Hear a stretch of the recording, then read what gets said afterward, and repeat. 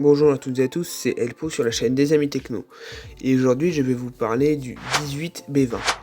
Le 18B20, c'est quoi? C'est simplement un thermomètre analogique. Il a la forme d'un transistor et il peut exister en tant que module ou en tant que transistor classique. Dans cette vidéo, nous allons plus étudier le module, même si il n'y a rien de compliqué. Alors pour le câblage, c'est pas compliqué. Alors là, malheureusement, sur Freezing, il n'y a pas le module. Après, pour tout vous dire, je n'ai pas essayé de chercher le module sur internet. Donc, pour commencer, vous aurez votre DS18B20. Donc, pour le module, vous aurez juste à suivre les étapes. Donc, par exemple, moi, pour mon module, la broche de gauche, c'est la masse, car tout simplement, il y a le trait. Donc, le moins qui est situé à côté. Au milieu, il n'y a rien. Et bien sûr, à droite, il y a le S. S signifie signal.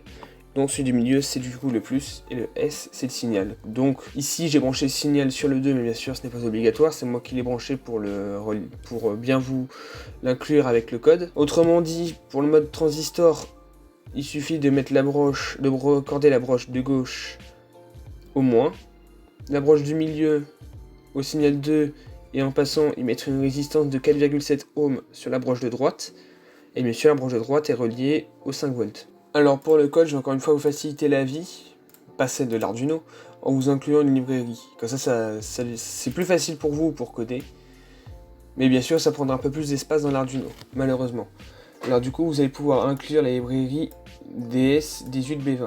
Pour la trouver, il vous suffit de faire croquis, inclure une bibliothèque, gérer les bibliothèques, et vous marquez tout simplement le module. Et c'est celle-là, de Matthias Munchausen, version 1.0.0. Vous aurez aussi besoin d'une petite librairie nécessaire pour qu'il fonctionne, et c'est la librairie OneWire. Elle n'est pas spécialement tout en haut, il suffit juste de la trouver. C'est celle-là, de by Jim Stud, Tom Pollard, Robin James, Glenn Tewitt, c'est trop long. Donc version 2.3.5, on s'en fiche de la version, faut juste l'avoir. Une fois que tout ça c'est fait, vous n'avez pas besoin d'inclure OneWire, vous avez juste besoin d'inclure DS18B20. La librairie va s'occuper de gérer OneWire tout seul. Cette ligne de code, c'est une ligne de code indispensable car elle permet de dire à la librairie à quelle broche est branché le signal de sortie du module. Donc ensuite, c'est pas obligatoire, mais là c'est pour vous.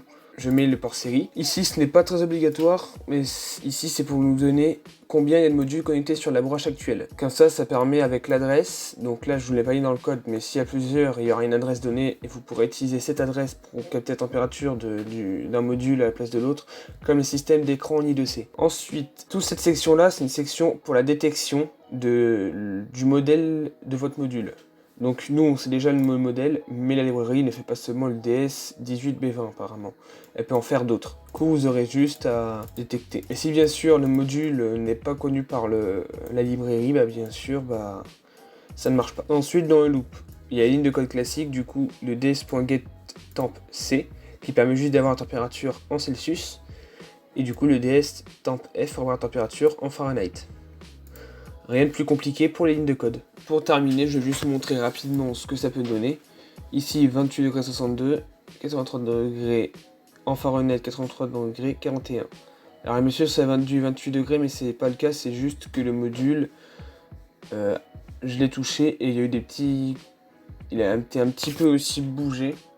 J'ai un petit peu bougé sur la breadboard, ce qui a fait peut-être des faux signaux, du coup, en plus d'être chaud, ça fausse un peu les résultats.